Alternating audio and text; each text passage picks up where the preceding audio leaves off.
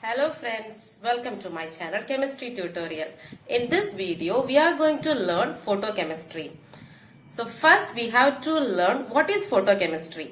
Photo means light. So the chemistry related with light and the reactions taking place in the presence of light is called photochemistry. So for introduction, you can see when a molecule is present in the ground state, this is the ground state. When light falls on the ground state molecule, it gets excited to the excited state, and this is, if the molecule in ground state is A, it goes to the excited state and becomes A star. And this A star then undergo the chemical reaction with the liberation of energy or light. So this is called photochemical reaction. So when a light is taken as the source for a reaction, we call it as photochemical reaction. The near UV or visible light are the main source for photochemical reaction. The range may be from 400 to 800 nanometer. The best example for photochemical reactions is photosynthesis. We all know photosynthesis is a very simple reaction that takes place in the plants. The main reason or the factor that influences the photosynthesis is chlorophyll. When light falls on the plants, the chlorophyll acts as the sensitizer, and the photosensitizer excites the chlorophyll, and with the help of simple molecules like carbon dioxide and water, they produce glucose and release oxygen. So this chlorophyll is excited by the UV or visible light, and now it is excited and the reaction takes place. So this is a photochemical reaction. Now we have to, before we go into the subject, we should know the laws of photochemistry. There are 5 laws for photochemistry. Now the laws of photochemistry. The first law is proposed by Grothus and Draper. Grothus and Draper's law states that only the radiation observed can initiate the reaction.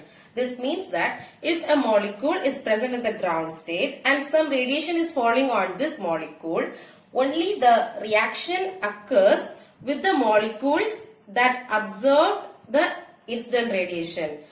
That is, if 5 molecules are present in the ground state and the incident radiation falls on it and only 3 molecules absorbs the light, only they will take part in the photochemical reaction and the other 2 will not take part in the reaction. That is, only the radiation observed can initiate the reaction. Okay.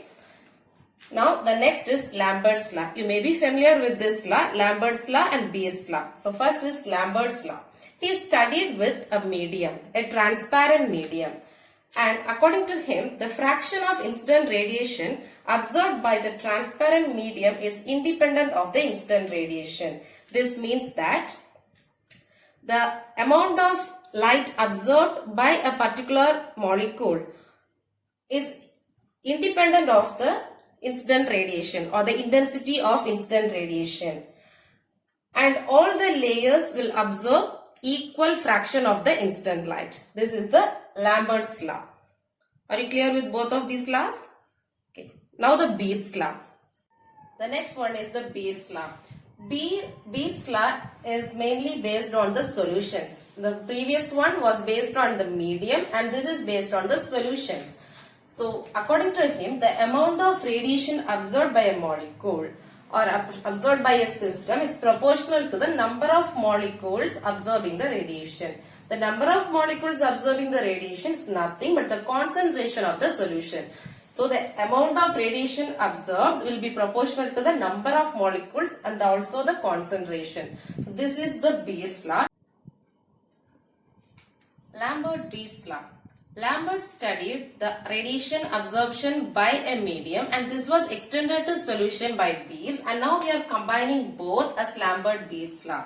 Consider a source and this is irradiating a sample in a cuvette having the thickness L and the solution is having the concentration C.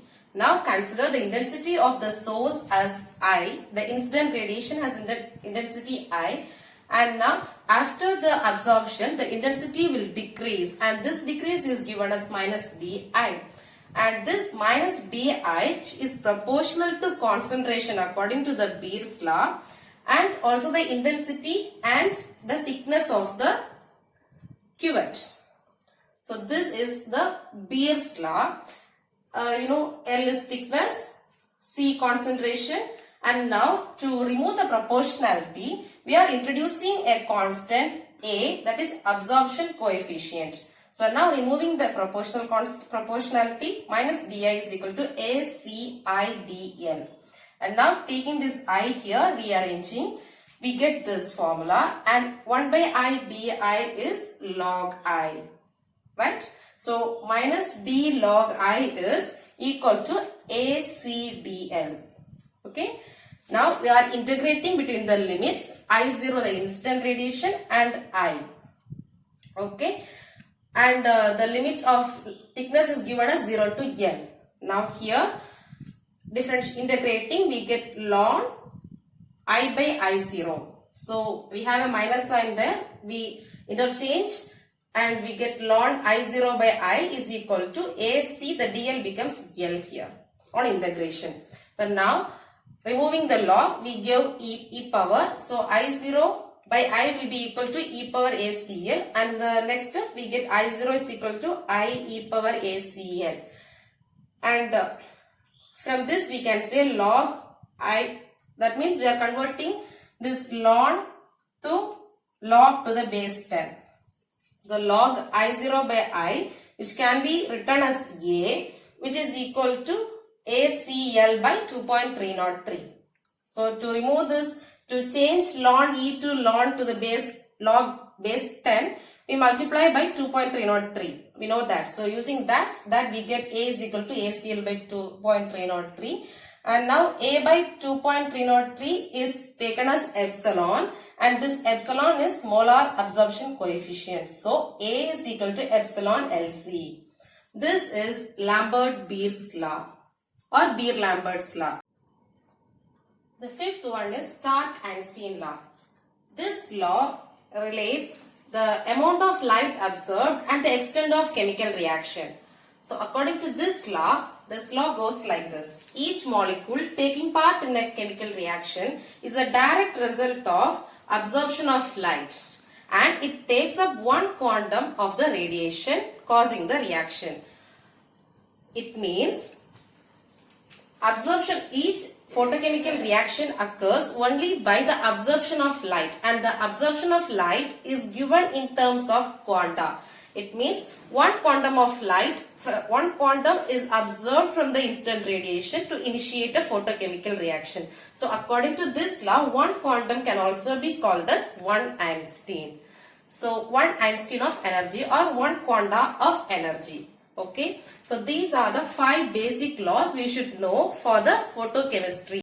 I hope you all understood the topic. If there is any doubt for you, you can leave it in the comment section. Also, if you like the video, please give a thumbs up, share to your friends, family, and all the chemistry students around you. And please subscribe to my channel now itself and press the bell icon to get the notifications. And stay tuned with me because we are going to continue the photochemistry chapter in the upcoming videos also. Okay, thanks for watching.